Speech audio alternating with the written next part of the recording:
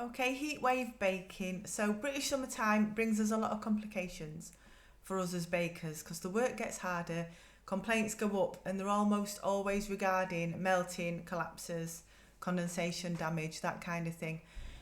Almost all of our products are ambient but perishable. That is, they're usually stored in a cool, dry place, away from bright lights, and only kept for a few days. But almost everything we do is made with buttercream and chocolate ganache, both of which melt at the temperatures we're subject to in the summer. Also, almost everything we do goes out on display rather than being put away and stored in a cool, dry, dark place. That extra 5 to 10 degrees and the humidity as well changes everything. We don't have the air conditioning or, like, that lovely afternoon siesta routine that other parts of the world have. Our cakes travel in hot cars in afternoons and they're put on display in rooms full of hot bodies with sunshine streaming through the windows. The longer our bakes are in warm, humid, bright conditions, the faster they're going to deteriorate, and that leaves us open to complaints. And it's not just cakes suffering, right? We also have times when it's really difficult for us physically and the job is suddenly a lot more stressful because all our little elements behave differently. So I'm going to give you some of my baking science geek knowledge. I'm going to teach you some of the things that I've learned over the years to help you and your bakes survive muggy, minging British summertime. If something works different for you than what I'm telling you, let us know. I'm not one of those people who insist that my way is the only way of doing things. We're all here to help each other. This is just my current way that I've sussed works for me in the last few years of working in British summertime. The first point I'm going to make, because I often like to begin with a bollocking for you, I don't want to hear, once the cake's left my hands, it's no longer my problem. Under UK consumer law, a product must be fit for purpose, and if that purpose is to stand in a wedding reception room in the summer while people dance around it for a few hours, we need to build that cake so it can withstand that. If you've written in your terms and conditions you won't give a refund for a collapsed cake, you are likely to be breaking consumer law. Statutory rights are not affected by whatever you put in your terms. Your terms can't override the law. That product must be fit for purpose. So if we know a cake's going to be collected and it's going to travel in a warm car for a long journey, we need to do everything we can to make sure that that product can cope with that. If we don't think it will, we need to advise them to have a different product, or we need to say no to the order. If we sell brownies, tray bakes, rocky roads by post, those products are still our responsibility while they're in the hands of the delivery service. They don't have refrigerated vehicles. So our products are probably going to melt and fall apart at some point on the way. So don't post if the forecast's hot, because it's better to delay a couple of days worth of sales than to have to just refund the lot and lose that potential return custom. If a customer's chasing a refund for a product that's been damaged by hot and humid weather, under consumer law, it's on us to prove that in our processes we've done what we can to the best of our ability to stop that happening. So we need to build the cake properly, and we need to make sure the customer and possibly the venue know how to care for it properly as well. So in comes the sciencey stuff. Sponges first. Butter and other baking fats, they're firm in the fridge and then they're liquid at higher temperatures. This means when you've baked a sponge, the warmer that sponge is kept, the more fragile it is because the fats are liquid. If you've used a tub spread, there's less fat content and there's more water content. So in that case, your sponges will be even more fragile. So the sponge needs to drop to a lower temperature for those fats to solidify. Then science stuff happens. The little bonds have now been formed. And then when the cake returns to room temperature, it's less fragile than what it would have been if you'd not chilled it down. So my recommendation is to bake the sponges the day before you're going to work on them. Leave them to cool at room temperature and then wrap them in 2 layers of cling film, chill overnight. But then in the morning, take them out of the fridge, let them come up to room temperature before you unwrap them. So that way any condensation is going to form on the cling film, not on the cake. If you've frozen your sponge, defrost it in the fridge overnight, and same again, bring it up to room temperature before you unwrap it. Condensation, it breeds bacteria as well as causing structural problems and spoiling your finish as well. I know it's more expensive, but baking with proper butter can save a cake from collapsing because of that extra fat content in proper butter. But try out some baking blocks as well. There will be a slight improvement on tub margarine. Some people say that they do have a lot of success with baking blocks. They're more intended for biscuits and pastry, but if it's hot, they should work fine in a sponge, because you do need that fat content, that's the fat that's firm at room temperature. So find a block fat that works for you, but I will always recommend proper butter. Don't ever ice a sponge while it's still cold, and don't chill after you've done your crumb coat, for a couple of reasons. First one, you could get a layer of condensation between the cake and the outer icing. When you see photos of cakes where the entire side of buttercream's fallen off, that's what causes this. That condensation layer stops the fats in the buttercream from bonding into the cake. Second reason, for a similar reason, if the cake's cold, the fat in the icing can't soak into it, it can't absorb. You need that room temperature bonding for stability throughout the cake, between the layers as well as on the outside of it. Condensation's caused by temperature changes and by the humidity in the air. The more sudden the change and the more damper the weather, the more condensation you will get. So anything that's been fridged or frozen needs to be carefully temperature managed to reduce that risk of condensation. Buttercream, it's best made with all your ingredients at room temperature. The butter can be a little bit warmer to help with mixing, but then leave it to stand for a while before you use it, so your sugar's all dissolved and it's firmed up for a little bit. If it's not firm enough after being left to stand for a while, you can lightly chill it. Just give it 10 or 15 minutes, then mix it really well again and leave it to stand for another minute before you decide if your consistency's right or not. Don't add any liquid to your buttercream in the summer. The more moisture that's in there, the softer it's going to stay. And you need your buttercream to form the outer crust for the extra stability.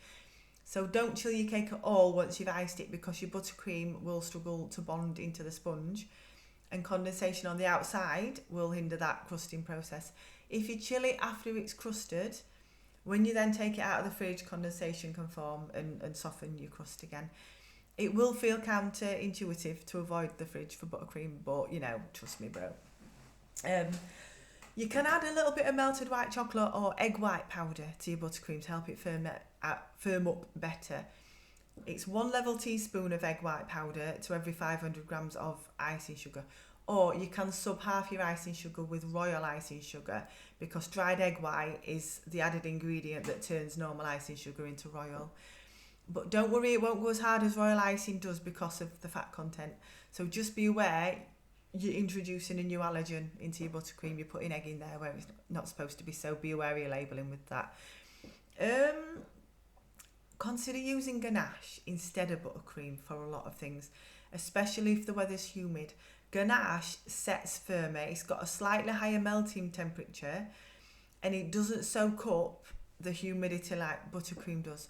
When we've had those, them summer downpours that we get when it's still really warm and it just throws it down for a few days, the thunderstorms and that, you're not going to be able to get your buttercream to crust no matter what you do when the weather's been like that. The icing sugar absorbs the moisture from the air.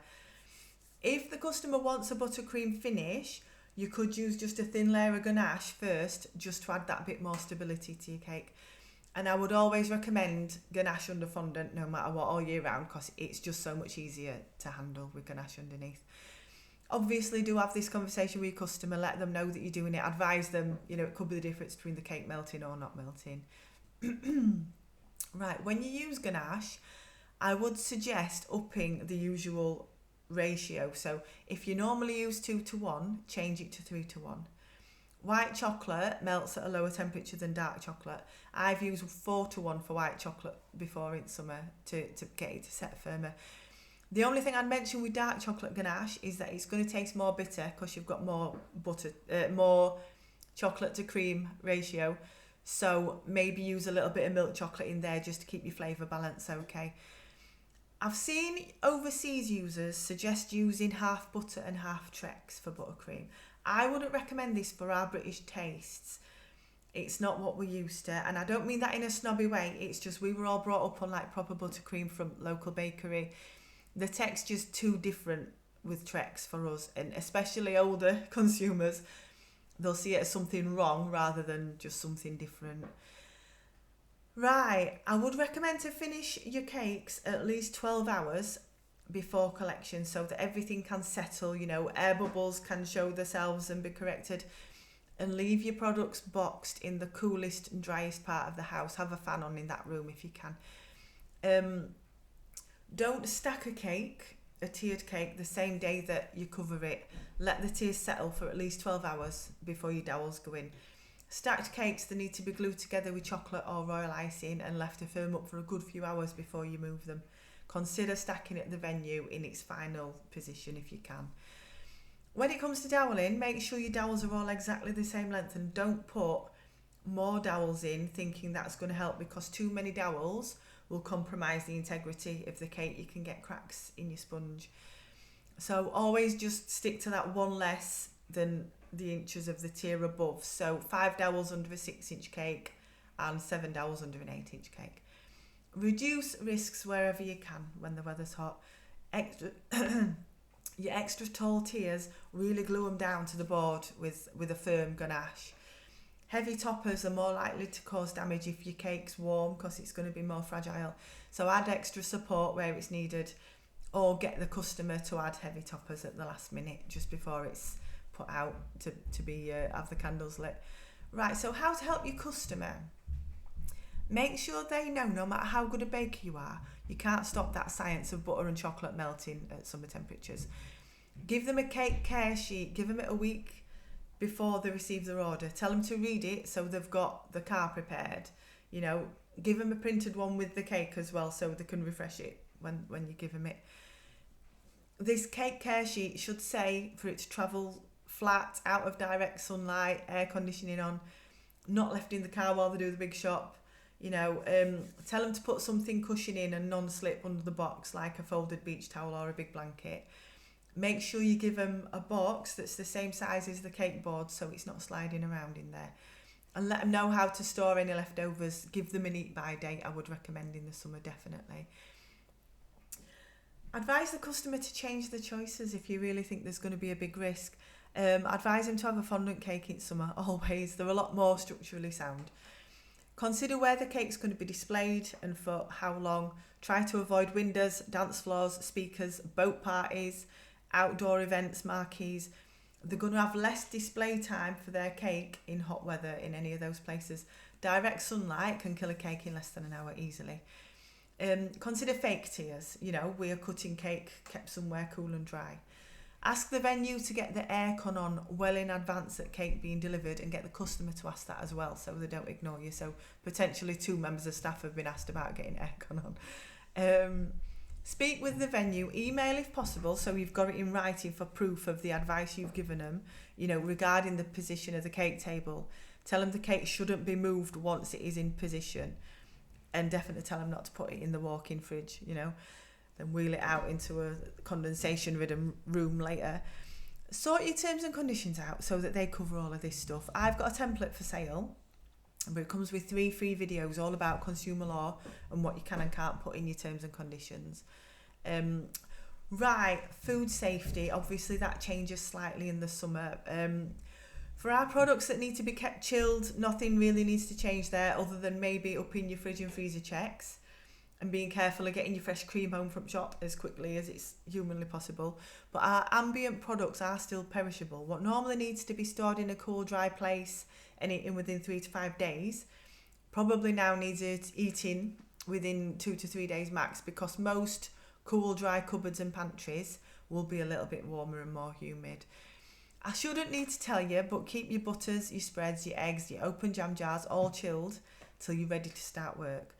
And boil that cream before you turn it into ganache. You should do all of this anyway, but I don't mind reminding you because it is all the more important in the summer. Also, be more aware of pests when we've got our doors and windows open. And there's more outdoors anyway in the summer. So go back to your SFBB to review your pest prevention information. Take extra care to note in your work diary, in your food safety diary, you've given storage instructions for anything that is high risk, such as cheesecakes, just in case they don't bother fridging them when they get home. You need to prove that you've told them to do that. And note the temperature of like your fresh cream when you get it back from the supermarket. Little note in your food safety diary, and that just tells your AHO that you're aware of this stuff and you're double checking everything. So lastly, how to help ourselves working in this shit. Right, when I know that the sun's going to be ridiculous, I'll get up early, I throw all my windows and doors open to drag the cool air through before it gets too hot. And then as the sun moves around to my south facing windows, I close them all and drop the blinds on that side. So the blinds are down and windows are shut before the air temperature on that side rises above what it is in my house. Keep your kitchen door shut to the rest of the house so you can escape to a cooler room when you need to. Have fans on everywhere. Get an aircon unit if you can afford one. It's usually best to buy them in winter because there's less demand and so the prices tend to be a little bit lower. Anything like fans or aircon units, the prices suddenly pop up once everyone's buying them. It's just supply and demand. Try and get your baking and your most physical work done, like your cleaning, in the early morning or in late evenings when it's cooler. Have a nap in afternoon if you need to catch up on your sleep. You know, if you know temperature's going to kick off in a few days, try and get ahead with your hot work. You know, bake and freeze.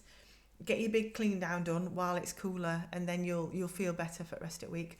When you're working with fondant, keep your hands as cool and dry as possible. Keep rinsing them in cool water, dry them in front of your fan, and then use corn flour to dust everything instead of icing sugar because it'll just be less sticky. Also, it is a rite of passage for a baker to work at least once in just your undies in your apron.